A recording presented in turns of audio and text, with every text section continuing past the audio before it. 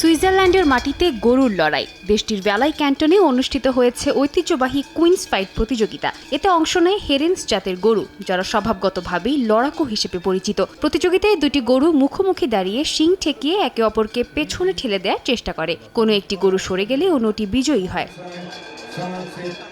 গরুর মালিক ও খামারিরা বলছেন, এই প্রতিযোগিতা শুধু পশুর লড়াই নয়, বরং অনেকের কাছে এটি পারিবারিক ঐতিহ্য, যা প্রজন্ম থেকে প্রজন্মে চলে আসছে। খামারিরা ছোটবেলা থেকেই গরুগুলোকে প্রস্তুত করেন এবং প্রতিযোগিতার সময় তারাও মানসিক চাপের মধ্যে থাকেন।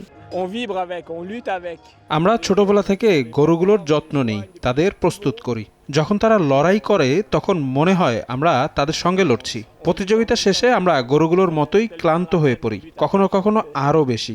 গরুগুলো শান্ত থাকে, কিন্তু আমরা খুব চাপের মধ্যে থাকি। 1920-এর দশকে শুরু হওয়া এই আয়োজন এখন অ্যালপাইন সংস্কৃতির গুরুত্বপূর্ণ অংশ। প্রতি বছর হাজারো মানুষ এই প্রতিযোগিতা দেখতে ভিড় করেন। আয়োজকদের আশা, ঐতিহ্যবাহী এই কাউ কুইন্স প্রতিযোগিতা আগামী দিনেও একইভাবে দর্শকদের আকর্ষণ করে যাবে। বিভিন্ন ওজন শ্রেণীর বিজয়ীরা পরে জাতীয় ফাইনালে অংশ নেয়, যেখানে কুইন অফ দ্য কুইন্স খেতাবের জন্য প্রতিযোগিতা হয়। এই জয়ের মাধ্যমে গরুর মূল্য ও মর্যাদাও বেড়ে যায়। সাদিয়া তাসনিম, সময় সংবাদ।